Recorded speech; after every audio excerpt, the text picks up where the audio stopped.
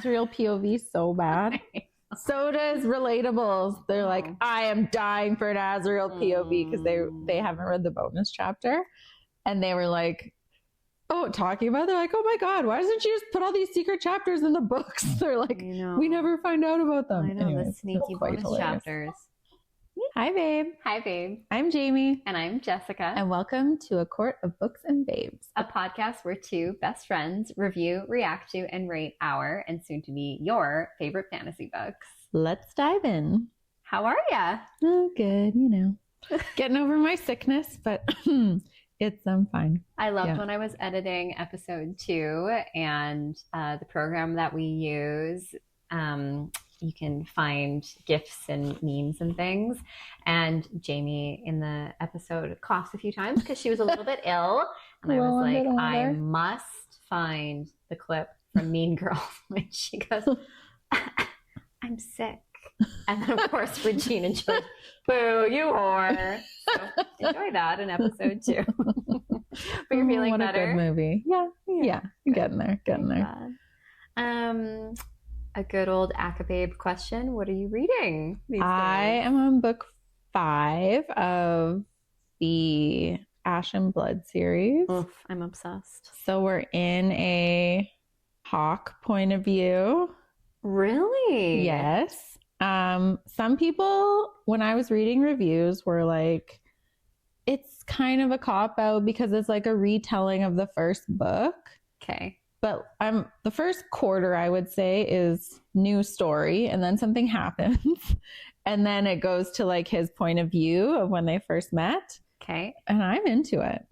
Interesting. Yeah. I mean, it's you the story, but it's totally different point of view. It's like when you get an Asriel point of view or a Dream. RHYSAND POV. Yes. Or like Cassian. Yeah. I love the male POV from a female writer's perspective. I was going to say in very specific context. Yeah. Yes. The male POV of women from a female writer. I love it. I am here for it. I like that. Yeah. It's so good. I'm halfway through book 2 and I'm still obsessed with it. Good. I love it. Yeah. Okay. So far. I'm glad. Fan. And then remind me, Anathema, the second book comes out soon. It is out. Are you reading it? I have ordered it. Okay. I don't have it yet. Also, just got a thing for Quicksilver 2 coming out in November. I think it's 28th. Red alert on my Instagram this morning. Oh my gosh. Should that be our second series, Quicksilver? Maybe. We'll have the court weigh in, see what they think. Are we a democratic court? Gentle dictatorship.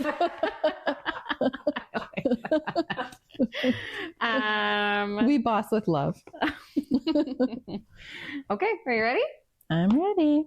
It is time to talk lore, lust, and loose morals as we unpack adventures, escape to new worlds, and of course, swoon over our best book boyfriends. Before we dive into today's show, we wanted to say an important disclaimer. While this episode focuses on chapters 18 through 23, we are probably including spoilers from the whole Maasverse. This podcast has all of our favorite R words: romance, racy, risque, and of course, RHYSAND. Finally. Actually, he appears. As such, it is rated R. Please listen accordingly. We'll kick off every episode with Babes Between the Lines, where we read what's written, obsess over what isn't, and dig past the dialogue so you don't miss the magic, motives, or mistakes. All right. Chapter 18. Chapter 18 is basically Feyre's "so I guess I'm not leaving anytime soon" era. She's trying to process everything: the Naga fight, the dying fairy, the weird tenderness from Tamlin, and now she's kind of existing in the Spring Court, surrounded by sunshine, trauma, and a wee bit of sexual tension. Finally. This world keeps reminding her that she's not in Kansas anymore. Feyre's trying to paint again, but the vibes are kind of all over the place. She's feeling restless, guilty, and maybe a little too aware of Tamlin's jawline. Because now that he's not covered in monster blood, she's noticing him in that way. Some kind of way. But don't worry, he's still broody enough to keep the tension alive. Thank God. I like to call this the emotional soft launch of Feyre and Tamlin's relationship. The chaos has quieted down. The monsters have stopped trying to eat her for now. And suddenly we're getting this glimpse of something shockingly tender. Yeah, exactly. Like Tamlin and Lucian take Feyre to this lake, and it's like stepping into a painting. The scene is serene, sparkling, totally at odds with everything else that's happened. It's SJM basically saying, let's give everyone like one peaceful moment before I enormously devastate you all later. Yeah. The lake itself feels symbolic, calm on the surface, but deep, still, and hiding things underneath. Kind of like Tamlin. Hiding what underneath? He's got this quiet, almost wistful energy, and it's the first time Feyre really gets to see him outside of his predator mode. For once, he's not stalking or snarling. He's sharing. Get in a circle, gather around. Here's your sharing stick. And that, babes, is the real heart of this chapter. Everyone starts letting a little bit of their armor slip. Lucian opens up about his past, his trauma with his family. It's one of those moments where his sarcasm softens and you realize all that wit is just camouflage for his pain. Oh, Lucian's family. Like the worst. I mean, everyone. Like, do any of them have a good genetic family? I feel like they have members of their family. Like some are okay. Like Lucian's mom, I feel like is redeemable. RHYSAND's mom. RHYSAND's mom and sister, right? Yes. It's the dad. And the brothers. Tamlin's it's brothers. The men. Surprise, surprise to exactly no one. Yeah. So it is interesting. But Feyre's family also kind of shit. Yeah. Like her two sisters were not in. Maybe they were intentionally mean. Nesta debatable. Definitely intentionally mean. Okay, yes. But Elaine, like a bit kind of just weaponized incompetence. Yes. Yes. Okay. All right. Tamlin, too, gives us these glimpses of vulnerability, talking about the blight again, about his court, about everything he's trying to hold together. And Feyre, in response, shares her own story, her poverty, her hunger, as we know, the way she became the hunter because no one else could. And would. Yeah, or would. It's raw and unfiltered, and it feels like the first time she's truly seen in Prythian. It's the beginning of connection through honesty, sort of. It's like layers of secrets still, but that's okay. 3 people from totally different worlds sitting by a lake, finally talking instead of fighting or lying. And yes, it's a little awkward, but it's also beautiful. Feyre's starting to feel something she hasn't in a long time, belonging. After so much isolation, Feyre's realizing connection doesn't always mean weakness. It sometimes means healing. I love that, and like what you're saying about that she's feeling belonging, because back to what we were saying earlier about like their families are all crappy. I feel like a theme throughout this series is found family. Totally. And, right? Yes. And so even though we know things are complicated to say the least in the end with Tamlin, this idea of found family, I think we're starting to see it be planted here. Agreed. Yeah. It's so good. There's this undercurrent of vulnerability that none of them know what to do with. Feyre is seeing him more than just her captor. He's a creature shaped by responsibility, guilt, and loneliness. Tear. And she hates that she understands it. And it's important because beneath the sweetness, SJM is planting seeds. This idea that understanding leads to empathy. Empathy may lead our High Lord and heroine to danger. As in, like, caring for someone makes you vulnerable. Yeah. And being vulnerable makes you more likely to walk into danger. Kitties. Baby dog. Why? Mama was like possessed. She's on one. She's like, I'm so fucking fast. I'm so fucking fast. Oh, Momo, behave. Where are we taking this from? Fuck. Okay, I'll take it from, again, because beneath. Because then you have a line. Yes. Okay. Because beneath the sweetness, SJM is planting seeds. This idea that understanding leads to empathy, and empathy may lead our High Lord and our heroine into danger. That's the classic enemies to maybe something more starter pack. Mm-hmm. Honestly, this whole chapter feels like the first exhale after weeks of holding your breath. Underneath all the flirty banter and awkward silences, this chapter quietly builds their connection, softening the edges and hinting at what love and trust might look like in a world built on fear.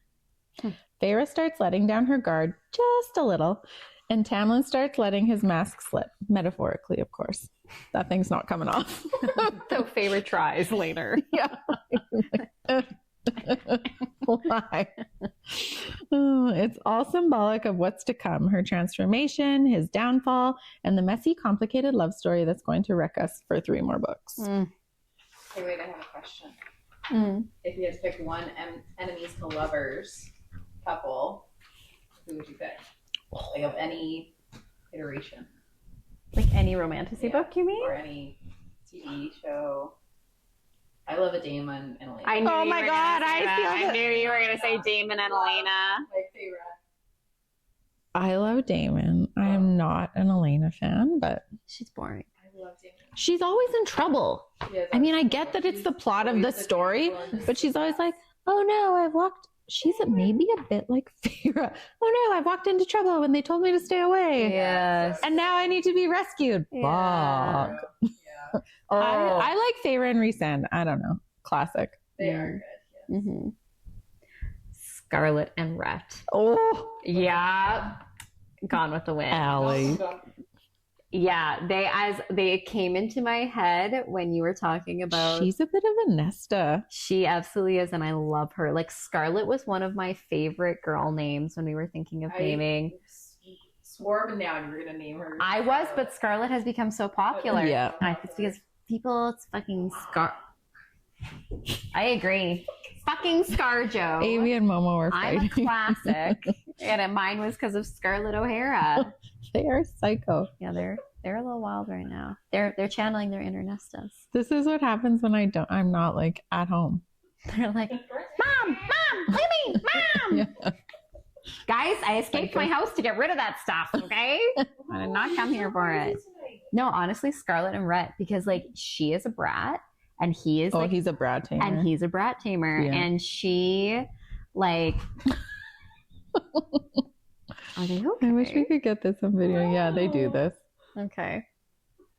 Like the frankly, my dear, I don't give a damn. I mean, that part is like kind of sad when he like says it at the end. Allie's like, never read the book, never seen the movie.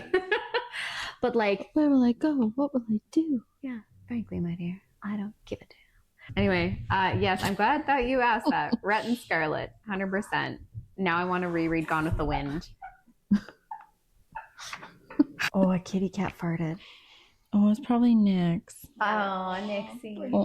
Oh, he felt her belly and he's like, oh, she has so much gas. Oh.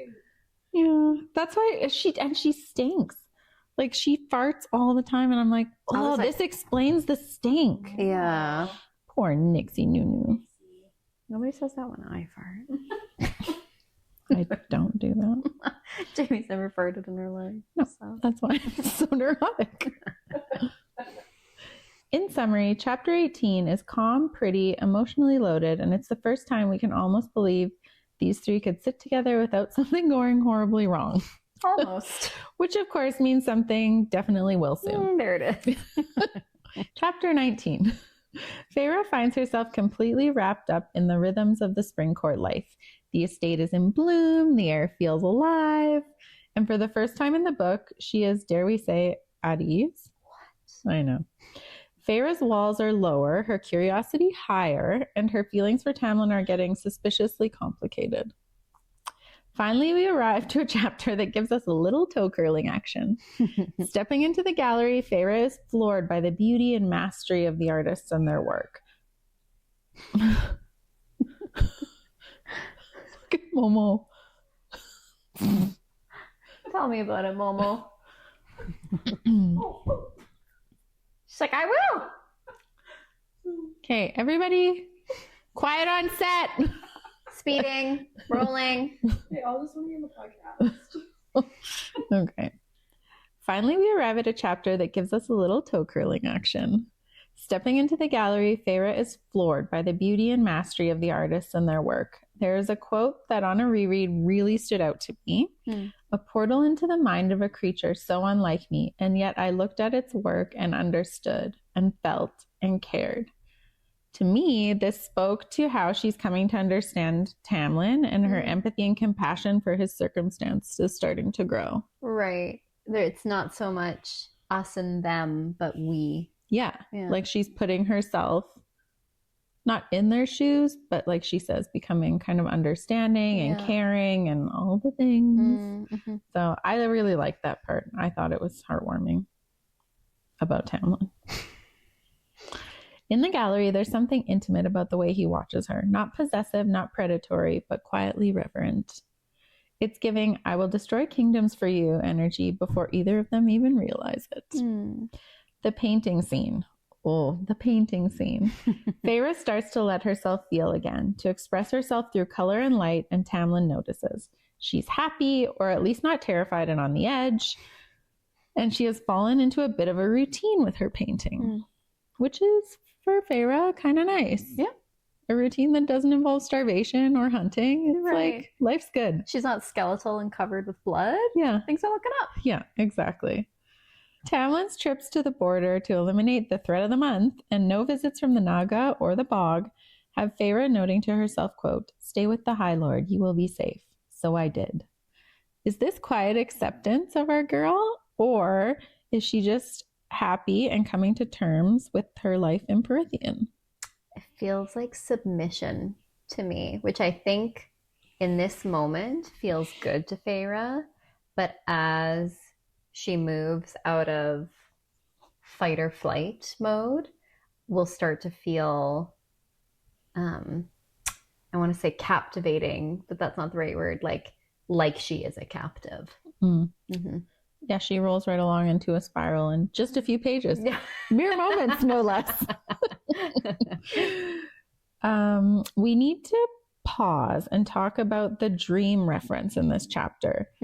So, quote, all watched over by a shadow I could never quite glimpse, I slowly stopped being afraid. Okay, this is RHYSAND. What? Okay, what is this dream? How did I miss this? There's a dream, a sequence in chapter 19. I think it's at the book's on the bottom. The book is on the bottom, I think it's at the very end. Oh, and though my dreams continued to be plagued by the deaths I'd witnessed, the deaths I'd caused, and that horrible pale woman ripping me to shreds, all watched over by a shadow I could never quite glimpse, I slowly stopped being afraid. That is RHYSAND. Yeah. Watching over her. I love it. Oh, I have goosebumps. My hair is literally standing on end. I was like, I know it's in here, and it's such a small, like, little kind of like. She does that, hey? She just these throwaway lines that you read, even on like a second reread. It takes like a third or a fourth to be like, what? Like when I was reading this, I was like, RHYSAND, he's here. I love noticing all these little references to the big R word on a reread, because now each of these little mentions, my toes are curling and my legs are kicking, and I'm like, he's here. Well, this blissful state does not last long, as she starts to ruminate on why would he even give her the paints? To shut her up? To help her get over the loss of her family? To keep her from asking questions? The spiral has begun. Like, quote, a stupid, useless, obedient human. Now that she has worked herself into a tizzy, and I totally get it, she barely makes it through dinner and stomps out to the garden. Wanting to be alone, of course, Tam Bam shows up. And as we mentioned, now she's spiraling. Her rage is palpable, but then a quick prick of the rose's thorns sends her tumbling into despair about her family and how conflicted she feels. Buckle up, babes. We are about to get our first taste of titillation, but not in a normal, practical way. Tamlin takes her hand in his, brushes his thumb along her skin, and kisses her palm and lets the magic sink in. Are we purring yet? It's gentle but charged, healing sure, but also a little sinful as her blood lingers on his lips. It's very, actually, the book we're reading right now vibe, that series. Oh, you maybe haven't got there yet. Yes. JK, No, JK, JK. No, I have. Yes, you're right. Like they always talk about like biting and I know. it's a thing. Our audio listeners, I wish you could see Jamie's face right now. It's doing all kinds of excited contortions. The air goes thick, that kind of silence where every heartbeat feels too loud. Feyre's brain short circuits somewhere between, is this magic? And oh no, he's hot. I've definitely thought that before, where there's like a guy and you're like, you seem bad for me. And then he'll like do something and you're like, oh no, never mind. You're really hot. Yeah, her brain short circuits. Yeah. We've all been there. The physical closeness, the warmth of his power, and the way he's watching her face while he works, it's all written with the precision of a slow burn symphony. I love that. And the best part, she's flustered and also furious about it. Because what's more maddening than realizing the guy who kidnapped you might also be the first person who's touched you with care. And not just like poked you with small bits. In a barn. Oh. It's such a layered moment, symbolic and sensual all at once. The act of healing becomes an act of intimacy. His magic literally mends her skin, but what's really happening is that he's easing something much deeper, her exhaustion, her guardedness, and her belief that she doesn't deserve softness. Feyre doesn't say it out loud, but the moment lingers, humming under her skin. Let's be honest, that was not a friendship hand kiss. What? That's how every time I see you, I'm like, oh, hello. That was a you are mine in ways you haven't admitted yet kiss. And Feyre's definitely not ready for that, but her heart and maybe other parts are already catching up. The heat. Just leave it at that. Next, we get a little playful banter between our budding lovebirds, teasing, steamy poetry reading, and our girl is just enjoying herself, which honestly is nice. Yeah. Like, Feyre deserves that. Still vibing and smiling with our broody High Lord, Tamlin gives us a download of his family's history, and it is not pretty. No. Sibling rivalry, slaves, and a lot of bloodshed. A lot. It's in this moment where readers also get two instances where Feyre likens herself to Tamlin, which kind of harkens back to what I said a bit earlier about her kind of becoming like understanding. Yeah. So she first says, perhaps he'd seen me and found it to be like gazing into a mirror of sorts. So when he bursts into the cottage, a la Kool-Aid Man, he is like kind of sees her circumstance and like she's the only one standing up for her, like her family and herself. And he kind of was like, oh, this girl, like maybe he sees a bit of himself in her. Resonates with that. Yeah. And then the second one is he's referred to and refers to himself as like a warrior beast. And Nesta, of course, calls Feyre a half wild beast. And she kind of like makes that connection when he's talking about himself as like his court kind of left because they didn't want someone ruling them who's like this wild beast. And in book 3. Whisper. I feel like you can hear, she's covering her ears. Okay. In book 3, when there's she looks in the mirror and then it's who you really are and it drives everybody mad. Who she sees is a monster. Oh, yeah. But a monster that she is not afraid of. Yes. Allie, you can unplug your ears. Good. 2 questions. Yes. Do we think this is her justifying her growing feelings for him? Like she needs to make sense of why it would make sense they're together before she can like make her move? Like, is she looking for justification? Is she creating these things in her mind? Or is there actually similarities? I think there actually is similarities. Like we've talked about it before that they do have these common threads throughout their lives in terms of schema and values. But then there's like a hard departure at one point where how they live their life according to those values looks very different. So I think that there is enough similarity here. So I think that there is enough similarity here for this chemistry to be organic. Okay. I agree. I agree. Yeah. No, it doesn't just like come out of nowhere. Like they're definitely little, like Tamlin in the beginning is not all bad. No, he's not. And I am hoping for a redemption arc with him. I really am. Like, I can see it. Ugh. I mean, we've both been in that situation, justifying a very bad decision. As you said, insert fuckboy du jour, like whoever that is for anyone listening, all the babes out there, like, yeah, that's the justification. I don't know. I think there's a bit of both. Yeah, okay. I think that's fair. Last up, we get the pleasure of meeting yet another of her frightening fairies, the Adder. Adder? ACOTAR? Oh. I say ACOTAR. You say Adder? I think it's Adder. Because Adder, I think of like, udder. This like again. A cow. Or. Interesting. Okay. Right. TBD. I'm going to say Adder. Okay. Go for it. Feyre hears everything but understands nothing because, well, what else is new? She is still out of the loop on the blight, her, and whatever else seems to be going on behind the scenes of the Spring Court. Chapter 20. The Spring Court's annual Bacchanal, also known as Calamai, or Fire Night if you're nasty, is here. And it's somehow both a religious festival and a thirst trap. I love it. I love Calamai.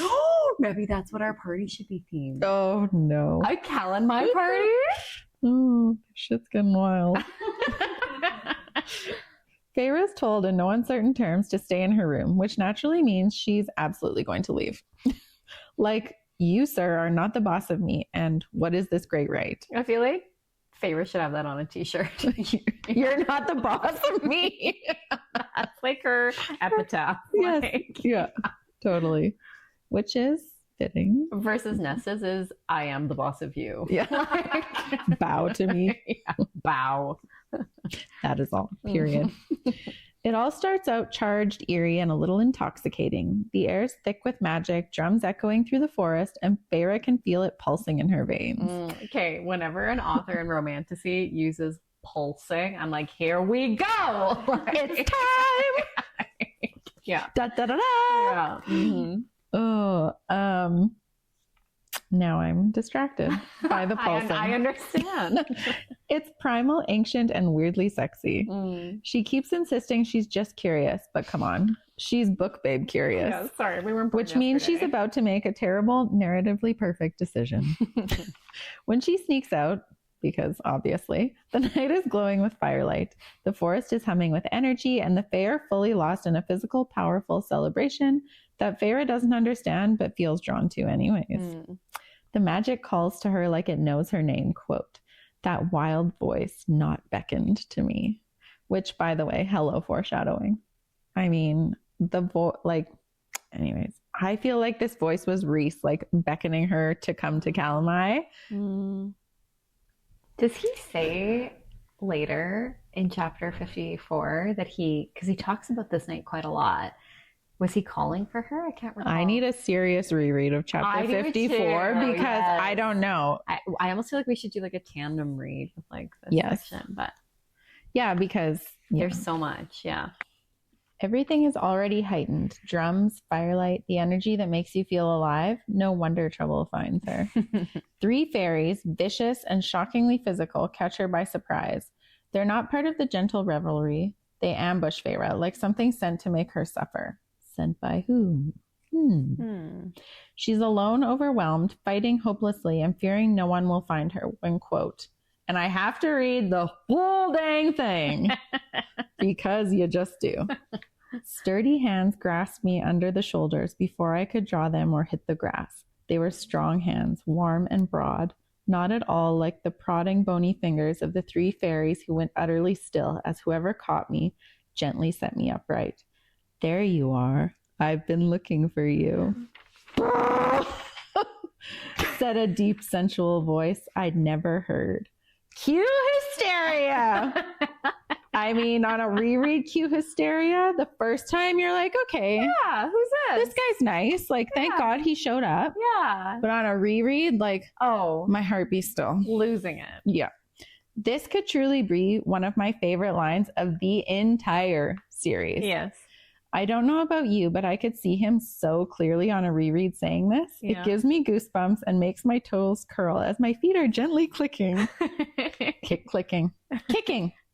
Because, quote, standing before me was the most beautiful man I have ever seen. Oh my God. SJM doesn't just crank up the sensual tension here. She uses this chapter to literally awaken the magic that's been dormant in Feyre. She's touched something ancient, not just a smirking 500-year-old heartthrob, and something in her changes. The energy of Calamide doesn't fade, it lingers, and so does our mysterious stranger.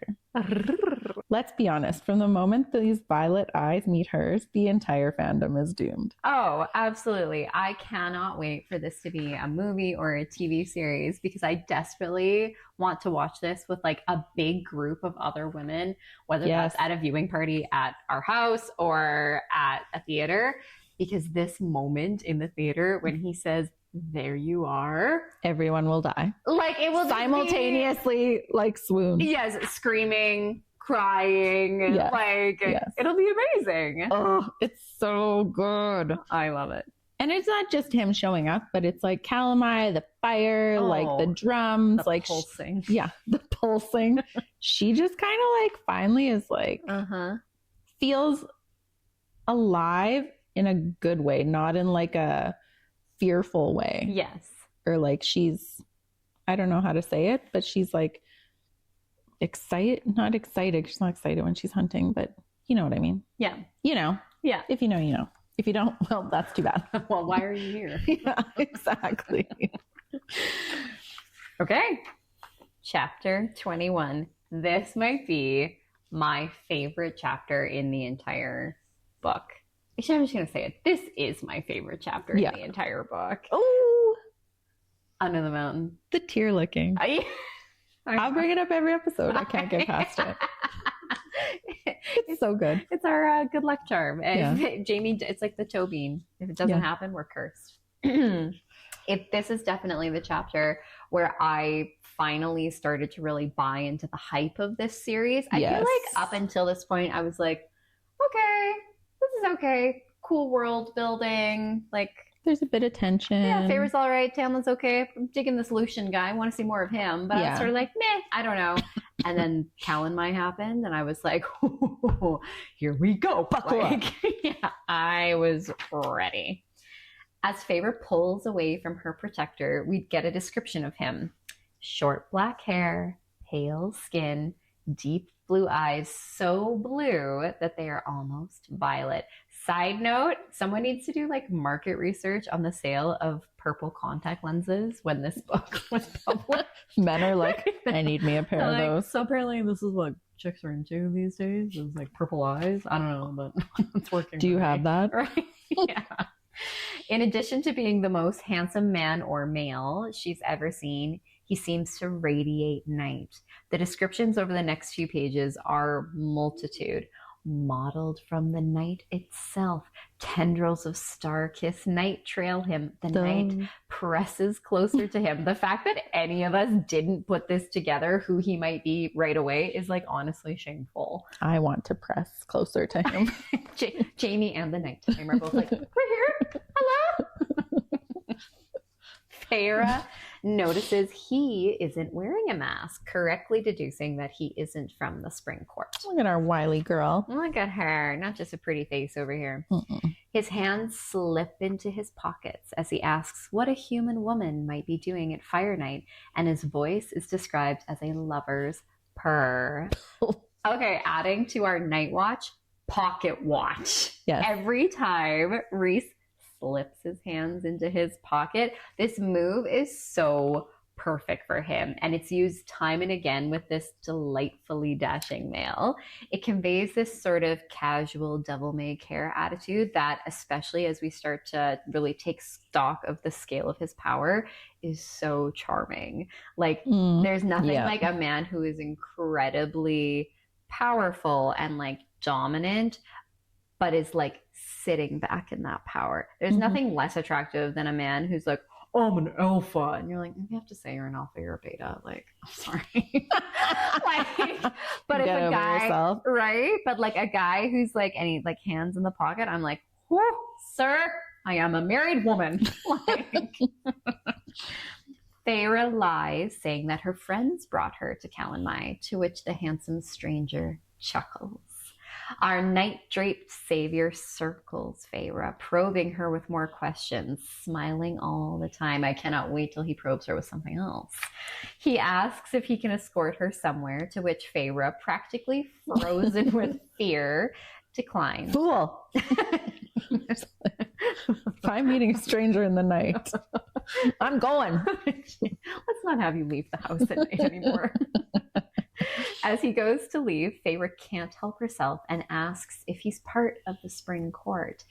Okay, she has already deduced that he is obviously not a part of the spring court. She's terrified of him. He's walking away, and she can't help herself. No, I love it. I love it too. I mean, none of us can.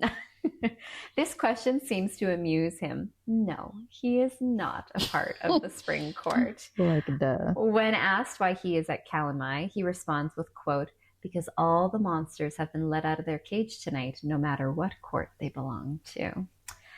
This answer has sated Feyre's curiosity, at least for now, and she hurries back to the hollow. That's it. That's all. It's done. He's gone. What the fuck? At the first read, you're like, okay, and you like keep chugging along. On a reread, you're like, no, come back. I'm Rose on the door. Come back. There was room. There was room. In the crush of people her eyes meet, Lucian. And he's not stoked. Suddenly, she is yanked out of the crowd, his admonishments roaring in her ear as he throws her over his shoulder and runs her back to the manor, his speed supernatural. Quote, you stupid mortal, he snapped. Didn't he tell you to stay in your room? Feyre has had... You're not the boss of me. Yeah, that's... Okay, that's going to be our new... It's going to throw up every time we talk on the screen. You're not the boss of me.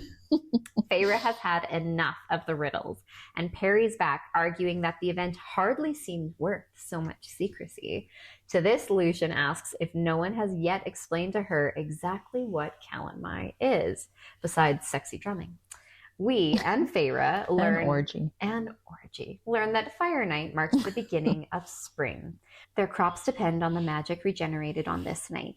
Each of the High Lords of Prythian must conduct the Great Rite. This is going to be my new joke with my husband. I have a question about this though. It says all the High Lords are Prythian. Like Helion, I could see him doing this for sure because he's such a playboy. Yes. But Rhys? Nah. Yeah. Not RHYSAND. I had the exact same question. I know. So Rhys is going up to some cave and being like, no. Hey girls, what's up, ladies? It's me, your High Lord. Pick me!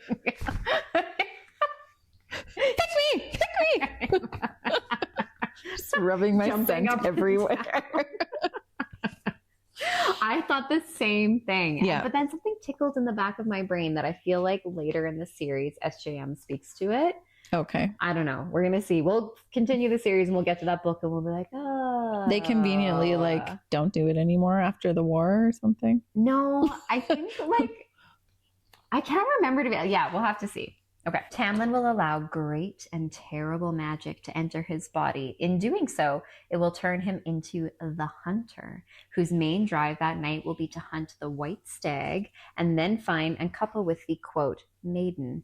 This lucky lass could be any female, and the girlies all line up for the honor of possibly being chosen. This is the definition of a pick-me. Additionally, the dalliances, as Lucian calls them, of all the other fae will also help the crops, but they're nowhere near as powerful as that of the High Lords. I mean, how could they be? Before we go on, I can't help but notice the inclusion of a white stag as a critical part of... Throne of glass. Yeah. Stop. I did not clock this. Yes, on a reread, I did. I was like, okay, so I am really hoping, I feel like we're all hoping that the next books have more crossover between the different worlds. And I'm wondering if, because that white stag is so critical in the Throne of Glass series, is there a reason that SJM is talking about? Because Tamlin is Lysandra and Adian's baby. That's why. And Adian is part of Teresian, wherever Aelin's from. Teresian. And the stag is like Teresian's whatever. Mm-hmm. The Lord of the North. Yeah. And so. But he's Lord of the North. I know, but oh my God, stop. My mind is exploding. Right? Now. I know. I feel the white stag. Good We're one. clocking you, SJM. We're on to you. Lucien tells Feyre that had Tamlin smelled her before Lucien stole her away, he would have picked her to be his maiden. Lucien now must go and try and redirect Tamlin's attention. But before he leaves, he tells her to stay in her room, no matter what. As the night progresses, the drums stop, and Feyre can feel magic sweeping across the land and across her. Okay, but also when Lucien is like, he'd pick you and you wouldn't like it. Like, sir, I'll decide. Yeah, absolutely. Like maybe Feyre likes it a little rough. Yeah. Yeah. Rough off. Actually, she does like it a little rough, right? Yeah. Well, there you go. Maybe she would have been into that. Lucien. Oh, Lucien. Lucien gets an L. Yep.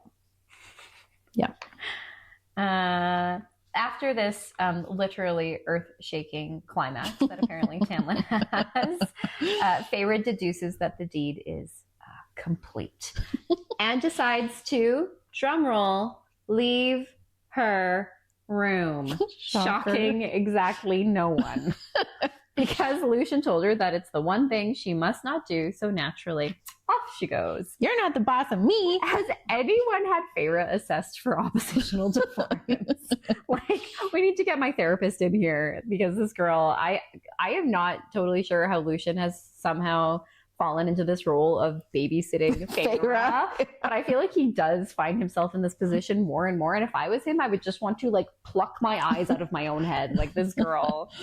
What is so important that Feyre must go against the most important rule of the evening and leave her room? Snacks. She goes to the kitchen. Could have been anything. And she eats bread, an apple, a lemon tart, and a cookie. Right? I read this and I was like... They all go together, obviously. Suddenly, a half-naked, half-wild Tamlin fills her vision. As he asks her where she's going, Feyre notes that his voice is not completely natural. As she tries to pass him, he grabs her, pinning her to the wall, and all the book talk girlies let out a collective squeal. See? Lucien didn't know. That's right. Feyre's into it. Feyre tells him to let go, but his claws slide into the wall instead, pinning her. Perhaps overkill, given that she says she's not totally sure she would even want to leave. Exactly. He tells her that he smelled her in the hollow and searched for her, but when he couldn't find her, he had to choose another to be his maiden for the night. With her pinned to the wall, he tells her that had he been with her, he would have had her moaning his name. He lets her go, and Feyre almost falls to the floor. This moment of weakness seems to irritate Feyre, so not to be outdone, she quips, quote, "Why should I want someone's leftovers?" Amen, girl. Ever the brat tamer, Tamlin grabs her hands, pins her again, and bites her neck. He doesn't pierce the skin, but holds her in place, eventually shifting from a bite to a kiss. Okay, knowing what we know in other Maasverse stories about a bite from a male fae to a woman and what that can mean, I think it's interesting that this bite, he doesn't break skin. Right. It's like not as meaningful. Yes, and that whether he knows it or not, like, and I don't know if this is part of the ACOTAR universe, but if it is, like, that biting, there's a claiming there. There's a you're mine, and it's like whether he knows it or not, she's not his.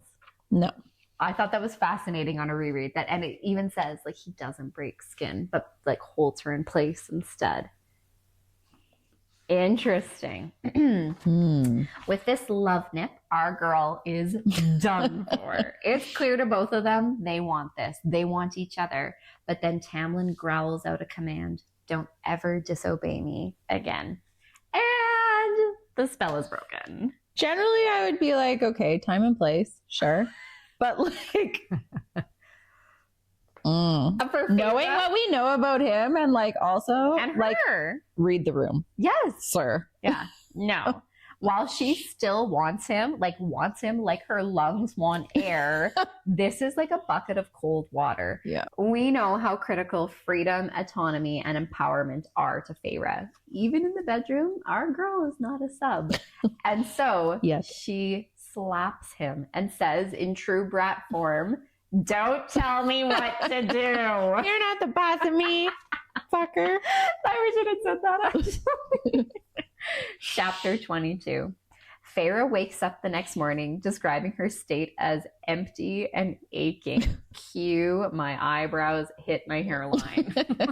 She notices a bruise on her neck where Tamlin bit her. Like, that was a rough bite if there's a bruise. Like, Maybe it was more like a hickey. no, I think like it's because I thought that too, but I feel like there's a line that says like it's a bruise.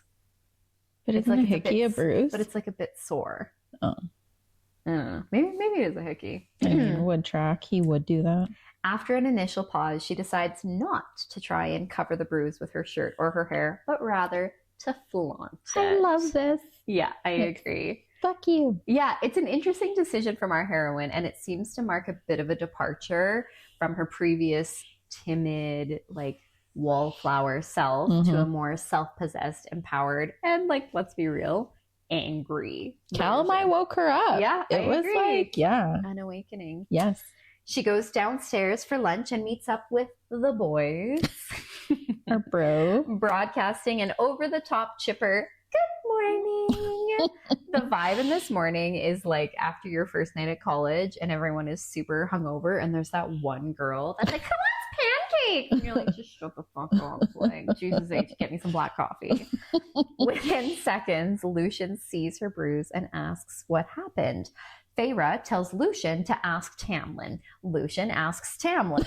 This feels like it's about to turn into a sitcom episode where there's like two people refusing to talk to each other and then some poor soul becomes their intermediary. The telephone. I know that. Yes. Oh my God. Also tell me like that doesn't sound like Lucian's whole character arc over these next few books. You tell Tamlin that RHYSAND said that Feyre feels. He's just like, Tamlin, RHYSAND said Feyre feels. Oh my God. Poor Lucian. Tamlin says, quote, if Feyre can't be bothered to listen to orders, then I can't be held accountable for the consequences. Well, that's a lot. Yes. Fascinating. I know this is sort of like a teasy, flirty moment, but that line, like, if she can't do this, I'm not accountable for my own behavior.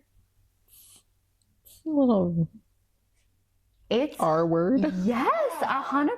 It's ick. It is the ick. It's totally the ick. Like, and in the moment, again, first read, you're like, oh, okay, whatever. But then later, yeah, I was like, this is quite the line. Yep. Tamlin is big mad, but so is Feyre. And after a few heated words, she leaves, but not before calling him a fairy pig. Love. And Lucian absolutely loves that and loses his head laughing. Feyre then spends her afternoon painting pictures of Tamlin and Lucian as pigs. I would love the fan art of this. Yes, Like, where is that? I know. That I know. We Where have is to- that? It must be somewhere. We should have it as a background next episode. We'll do it ourselves. We can do a drawing contest. Tamlin and Lucian as fairy pigs. This seems to be the catharsis our girl needs, and that evening she and Tamlin apologize to one another Also, like, why is she apologizing? Literally. for calling him a fairy pig, I guess. Well, he basically was like, I'm gonna rape you. Yeah. Yeah, he's like, I can't be held accountable for my actions. Why you dressed that way? Ooh. You were asking for it. Yeah. Why'd you leave your room? Sir. You ate a lot of bread tonight. Yeah. He is. The next scene sees Alice fitting Feyre into a golden dress. As soon as I read this, all I saw was Belle from Beauty and the Beast. Yeah. Like, this is well known as being a Beauty and the Beast retelling. Except the Beast doesn't end up with Belle. No, it takes a pretty hard left, but the beginning of the story, yes, for sure. right? And this golden dress, I was like, this is the moment. This is literally her in the golden dress. Mm-hmm. Like, yeah. Alice's reaction to this sudden change of heart and dress is fascinating. When Feyre indicates that, don't worry, she won't be wearing dresses all the time, this is a one-off, Alice seems somewhat relieved and comments that it's good that she isn't losing her common sense. How do you think Alice feels about Tamlin? I don't think she likes him. I don't think so either. Because this basically seems like, why are you changing yourself for a man? Like, yes. And also this dress, like, I love Beauty and the Beast, but like on Feyre, it seems cringe. Yeah, almost like the wedding dress, how it's just like, it's not her. Oh, the wedding dress. I forgot about that. Doesn't Alice... The sleeves. Puffy and the 80s, gross. Doesn't Alice also keep her night court clothes, like saves them for Feyre? Yes. Launders them and folds them in her drawer or something. Alice she is a totally girl. does. She knows. Yeah, she does know. Feyre enters the dining room and both men are stunned. The way that I would preen over entering a dining room and seeing these two like indescribably beautiful men just like jaws drop, I would be insufferable. No one could talk to me for a week, like at least. Lucian suddenly chimes in with, quote, well, I'm late for something incredibly important, and leaves. Love him. This made me actually laugh out loud, and it might be like one of the funniest lines in the book. Like, yeah. I love it. He's funny. Tamlin calls her beautiful, and Feyre reflects internally on how a few months at the spring court, a few months of consistent food and not constantly being on the brink of death has changed her physically and otherwise. She's no longer skin and bone, and there's a lightness in her heart that feels foreign but not unwelcome. Feyre takes his hand, telling him that she has something for him. Hand in hand, they make their way to her studio. When they get to the door, she takes out a key, and Tamlin seems surprised. Feyre comments that she didn't want anyone seeing the painting before it was ready, but I can't help but contrast this with the later Feyre, who painted with others watching, eventually opening a studio and teaching to others. Teach people how to paint. She's unafraid to be seen working on something half-finished. She's unafraid to be half-finished herself. While she's softening and lightening in these chapters, there is still a wall that keeps her on guard and protected, and we see that in this locked door. Yeah, good one. That's true. That's true. She brings him to a painting, an impression, green, gold, silver, and blue. A present, she says, for everything. She tells him it's the pool of starlight. Fascinating. Even this present for Tamlin, a symbol of Feyre's gratitude and happiness, is a reflection of the night court. This pool of starlight, I am obsessed with. It is my, what do the boys say? My Roman Empire. It is my Roman Empire. This pool of starlight, if it does not get somehow pulled back and explained, what is a pool of starlight doing in the spring court? Totally. Maybe it's like the portal or something of like between worlds. But why starlight? I don't know. Maybe like RHYSAND put it there. But why? I don't know. Reddit? Right, Reddit. Fandom? Honestly, like this question. This pool, it like. I also was kind of secretly hoping she would give him the pig fairy painting. Here, you're welcome. Thanks for everything. For everything. Like, that would have been funny. That would have been something Lucian would appreciate. Yes, I agree. Interestingly, his eyes turn to another painting, Snow Winter Stripped Trees. Her old cottage, Isaac's hand fisted in her hair, the beating of her father. Finally, Tamlin points to the scene of the wintry trees, saying that this is the one he wants. It took me a couple of rereads to snag on this, but I wonder if the Starlight Pool painting is somehow distasteful to Tamlin. Because it's the night court? It's starlight, yeah. And like if he, it also like in the moment you're just, I feel like we as readers are supposed to at least initially read this as he likes this harsher, more brutal, honest, authentic side of her, right? That's why he picks the wintry tree scene. But he doesn't. A. B. When someone gives you a gift, Right, you're not like, actually. Yeah, it's pretty fucking rude to be like, thanks, no thanks, I'll take that one. Yeah. Like if I painted something for someone and they were like, do you have anything else? Like, right, but I'd like, be devastated. are you a good painter? No, You're like, look what I did. So nice. I'll put it on my fridge. So pretty. Good, right? Thank you so much. Right next to my 4-year-old painting. Feyre is moved by this act and by his request to have this other painting. I think she's touched by it. I do wonder if a later, more evolved, more empowered Feyre would still feel touched, or she'd be like, no, I fucking made this one for you. But anyways, she's touched in this moment. And she can't help but think about how hard things are for him in this world. And she feels distressed and she asks, what can she do? What can she do to help fight the blight? But Tamlin says no, that what must be done, she would not survive. Feyre bucks against this. She has never been one to sit idly by, but Tamlin is resolute. That night, as she goes to bed, for the first time, she doesn't lock her bedroom door. I mean, fine. Again, like, don't tell me what to do. I know. Do you know everything I've been through this far? Yeah. Like, he's like, you're weak. Yeah, you're going to die. Not going to happen. I mean, she does die. But, like, she comes back to life. Yeah, and she has, like, I just hate, this is why RHYSAND is so great. The choice. And, like, yes, just everything is a choice. And Tamlin's just like, nah, you're dumb. Nah, you're weak. Yeah. What's that office thing where it's like, you sound like the enemies of Seabiscuit. Dwight's like, you're too slow. You're too this. You sound like the enemies of Seabiscuit. Oh, yes. And it's like, they're like, what?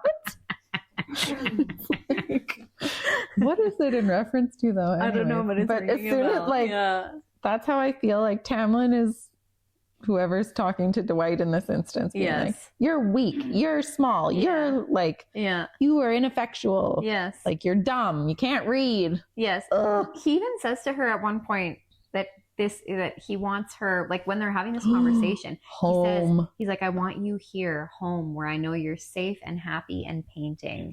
And it's like, again, in this moment, we've talked about this, her contextual happiness would be appeased by this, but that's only because she's been living in a state of like basic human survival for so long that to just be, fed and safe is like, her basic needs are being met, and therefore it feels like incredible, more, right? But then once those are taken care of, she wants more. Thank God. Chapter 23.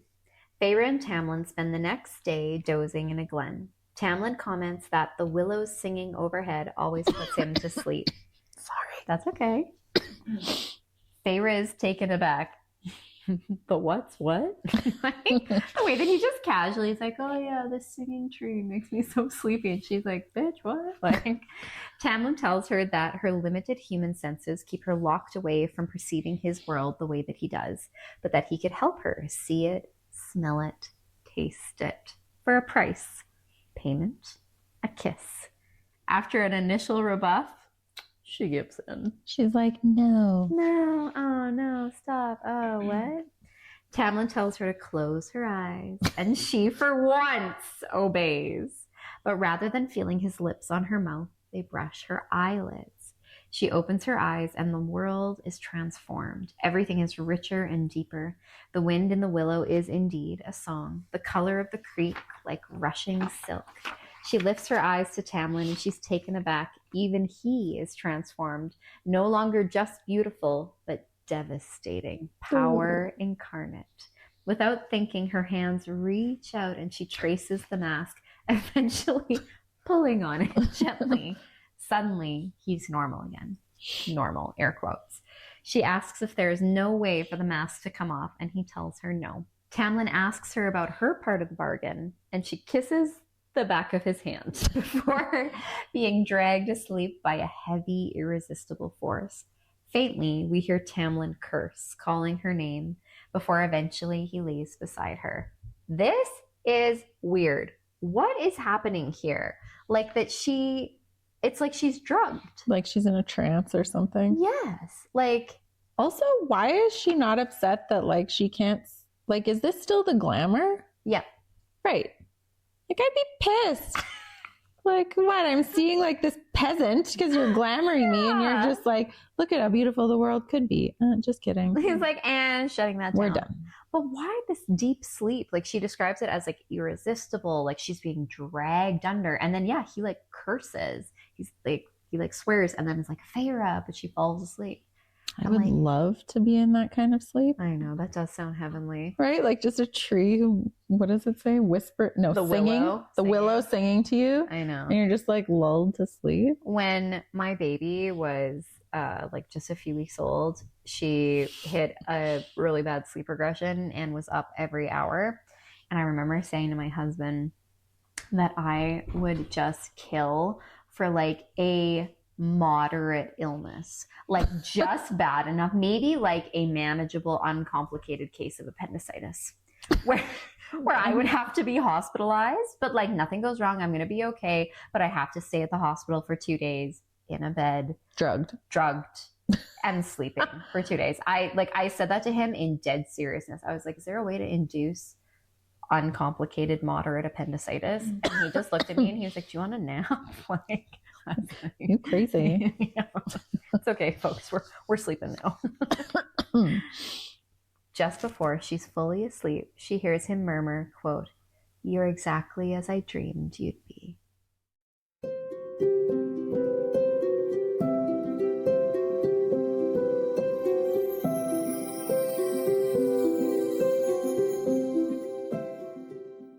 Okay, babes, we've finally entered peak Fae fever dream territory. Lakeside vulnerability, magical hand kissing, and now a moonlit fire festival that turns into a murder me cute. Oh my god.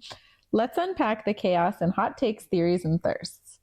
Okay, so was it just me or was this lake scene basically emotional foreplay? The Starlight Pool? Yes. Mm-hmm. Let's be honest, that whole let's share our trauma under the sun vibe is the spring court version of flirting. Feyre, Tamlin, and Lucien finally drop their masks, figuratively, because literally they're still cursed, and actually connect. Tamlin's showing vulnerability, like we said. Feyre's feeling seen. Lucien's trauma dumping. And I have to admit, like I said before, I did love this scene. What do you think, and you kind of touched on it earlier, about the Starlight Lake? I'm obsessed. Like I said, I cannot stop thinking about it. Why is it there? How did it get there? Like, yeah, it's fascinating to me. And also, like, why would he take her there? Yes.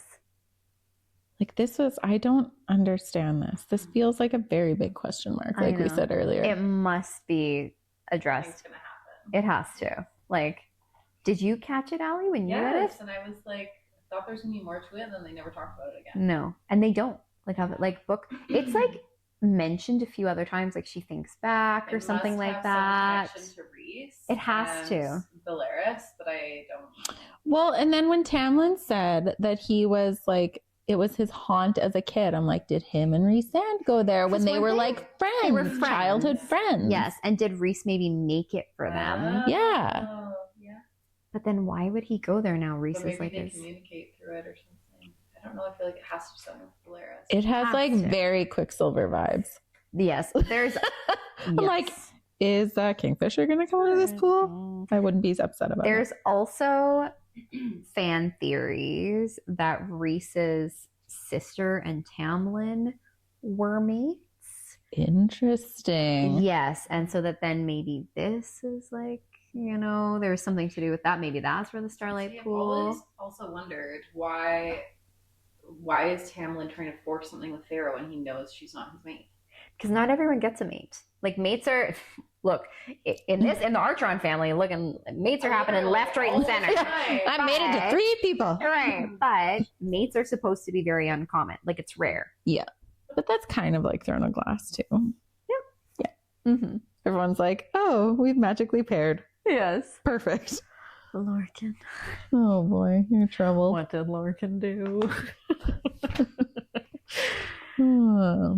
Okay, then that healing hand kiss, absolutely not just medicinal. Tamlin didn't need to kiss her palm to activate his magic. That was a man testing the waters. Feyre's confusion about whether she's being helped or seduced is the thesis statement of this entire middle section of the book. He's healing her wounds, but he's also eroding her boundaries, one tender gesture at a time. I agree with that. Mm-hmm. Like, he's like, is this okay? Is this okay? Is this okay? And you're like, sir. Okay. Calamai is what happens when Faye Coachella meets Primal Ritual and zero HR oversight. Like, it is just hectic. How does Lucian describe it? It's very fairy. What is that a thing? I love it. Tamlin says, stay in your room. Feyre hears, please wander into certain death. You're not the boss of me. Exactly. And honestly, the symbolism is wild with an awakening night for the land and for Feyre. Mm-hmm. She's drawn to the magic, the danger, and the rhythm of a world she's not supposed to be a part of until she is. Until she cannot resist the pulsing. So, yes, the pulsing. But, so she's drawn to this world, or is she drawn to RHYSAND? Like we said earlier, in my mind, she is drawn to RHYSAND. He is the voice. He is the music, because also remember, in her mind, under the mountain, he plays the music in her head. Mm-hmm. And he later in 54, he talks about that he was dreaming of her life. Mm-hmm. Yes. Like, this bond was years. Yeah, in the making. Yeah. Oh, I love him. I know. Ugh. You just said that like it's someone she knows. I know. I mean, I do. RHYSAND's entrance, not an accident. Just like I said, the man happens to appear the moment Feyre breaks the rules. Please. Like, he's been watching. I feel like it's like that music. I always feel like somebody's watching me. It's like, I'm like, Feyre, Rhys. Yes, that is it. SJM loves her fate threads, and this one is snapping tight. Rhys doesn't just save her, he marks her in his own quiet, knowing way. It's Destiny's soft launch, and we all know it. And while we're at it, can we talk about foreshadowing? The fact that Rhys saves her from 3 Fae at a festival that's supposed to celebrate primal power is set up perfection. He's literally introduced as the embodiment of the opposite kind of magic, the night to Tamlin's day, the freedom to his control. SJM knew exactly what she was doing here. Totally. I mean, they couldn't be more opposed, like as far as like the way they are, who they are, what they stand for, how they act. Ugh, totally. RHYSAND's first scene, the confidence, the smirk. The smirk. The way he looks at her like he knows the rest of her story already. Immediate problem, major heart palpitations, 0 regrets. Agreed. I mean, I don't even know how Feyre can look at Tamlin after meeting RHYSAND. Yeah. She describes him as the most beautiful man she's ever seen. Ever. Yeah. Period. I am unwell. Yes, exactly. Is anyone else feral here? Like, I'm like adjusting in my chair. I'm like, yeah, when he comes, yeah. Tell me more. Tell me more. Okay, so I actually also took away from this set of chapters that they were kind of about like Feyre herself. So her becoming, she's fighting, she's feeling, she's finally allowing herself to want the hunger for her like beauty, freedom, connection. It's the most magnetic thing about her. And it's why both men kind of start to notice. I don't think it's just the dress. It's like, she's kind of like here. You're right. Again, now. that awakening. That Yeah. About. Yep, Yeah. Absolutely. And as a reader, I'm eating up all her vivid descriptions of the men and her temperature between her legs. Like, she says it twice in this chapter. Like the heat between her thighs or something, or like the heat in her heating of her lower body. Right. Girl, I see a doctor. Pulsing. So yeah, between trauma bonding by the lake, seductive hand magic, and a rescue from the most beautiful man she has ever seen. Still recovering. Feyre's week has been eventful. And we are just getting started, babes. Thanks for joining us for episode 4. We want to hear from you as we continue to build this little corner of our world and fall in love as we dive into fantastical worlds, fabulous folklore, and fine males and men. Follow us on Instagram and TikTok, and subscribe on YouTube at A Court of Books and Babes Pod. And please take 5 minutes to rate and review our podcast on Apple or Spotify, whichever you prefer, and share with all the babes in your life. And give us a 5-star review. No 4-star reviews. If we get 5-star reviews, we will read them on the pod. Just to make ourselves feel better. Until next time, Stay bookish, babes.